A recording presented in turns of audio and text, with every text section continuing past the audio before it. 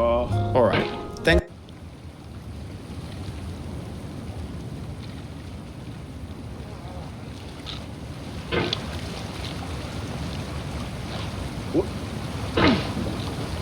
There's no feeling more intense than starting over. If you deleted your homework the day before it was due, as I have, or if you left your wallet at home and you have to go back after spending an hour in the commute. If you won some money at the casino and then put all your winnings on red but it came up black. If you got your best shirt dry cleaned before a wedding and then immediately dropped food on it. If you won an argument with a friend and then later discovered that they just returned to their original view. Starting over is harder than starting up. If you're not ready for that, like if you've already had a bad day, then what you're about to go through might be too much. Feel free to go away and come back. I'll be here. All right, thanks for coming with me on this trip. I'll understand if you have to take a break at any point. Just find a safe place to stop and quit the game. And don't worry, I'll save your progress, always, even your mistakes.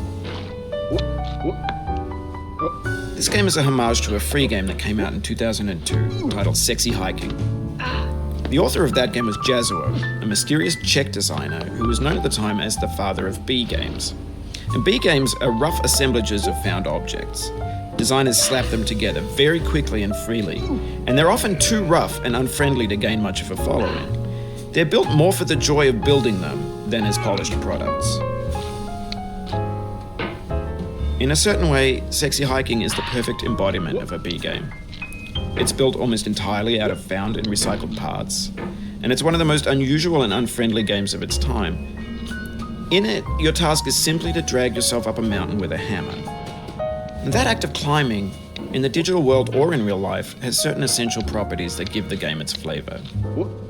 No amount of forward progress is guaranteed. Some cliffs are too sheer or too slippery. And the player is constantly, unremittingly in danger of falling and losing everything.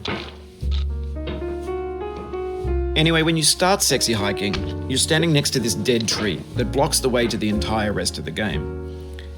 It might take you an hour to get over that tree, and a lot of people never got past it. You prod and you poke at it, exploring the limits of your reach and your strength, trying to find a way up and over. And there's a sense of truth in that lack of compromise. Most obstacles in video game worlds are fake. You can be completely confident in your ability to get through them once you have the correct method or the correct equipment or just by spending enough time. In that sense, every pixelated obstacle in Sexy Hiking is real. The obstacles in Sexy Hiking are unyielding, and that makes the game uniquely frustrating.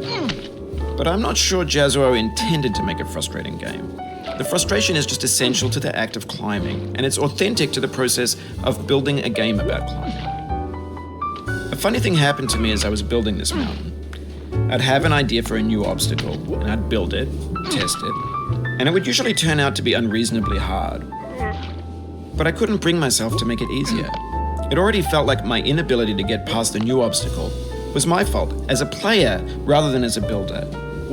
Imaginary mountains build themselves from our efforts to climb them, and it's our repeated attempts to reach the summit that turns those mountains into something real.